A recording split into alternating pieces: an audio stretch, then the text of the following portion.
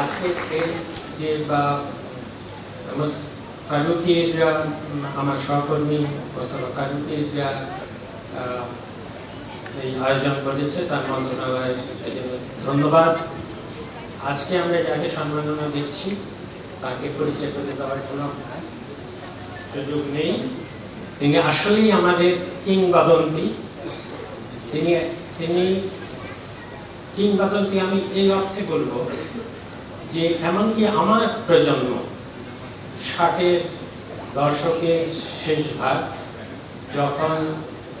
আমি যখন বিশ্ববিদ্যালয়ের ছাত্র ছিলাম এবং তরুণ অধ্যাপক ছিলাম, আমি বলতে পারি যে আপনার সাথে সরাসরি পরিচয় আমার প্রজন্মের অনেকের ছিল না। আমরা ভিন্ন অনেক মানুষ, কিন্তু আপনার সাথে আমরা গুনগুন করে আপনার গান তাই গেতাম। শুধু গান গিয়ে চলার পথে হঠাৎ দেখা, সে কি শুধু অভিনয়। বুঝতে পারেন যে ডক্টর ইউনূস থেকে শুরু করে তিনি আমারও 6 বছরের বড়, তারপর আমি, তারপর আরো পরের প্রজন্ম, আমার এখানে যে উপদেষ্টা মণ্ডলী আছেন তারাও অনেক আপনার সাথে সরাসরি পরিচিত না, কিন্তু আপনার গানগুলি গুনগুন করে গান।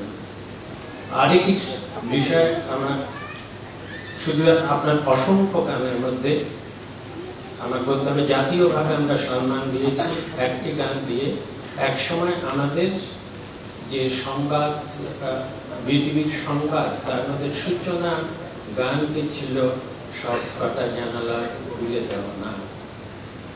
আর অসংখ্য গানের মধ্যে, এখানে তো সব গানের শিল্পীরা আছেন, কিন্তু আমি কি একটা ব্যক্তিগত আমার চয়েসের একটা গানের কথা উল্লেখ করতে পারি? সেই যুগের একটি গান, সেটি হলো জীবন থেকে নেয়া হলো সেই ছায়াছবি যেটা বাংলাদেশের স্বাধীনতা যুদ্ধের পূর্বাভাস দিয়েছিল।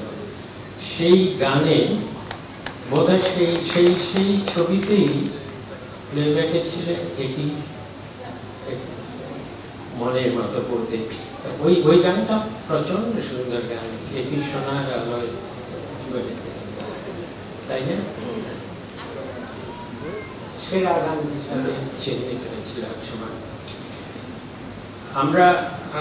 আমরা আসলে এই শিল্পীকে সম্মাননা জানানো, আর আমরাই ধন্য হলাম, তার কারণ বাংলাদেশে এমন কোনো সম্মাননা নেই। স্বাধীনতা পদক থেকে আরম্ভ করে অসংখ্য পুরস্কার যেটা উনি পাননি, সবই পেয়েছেন।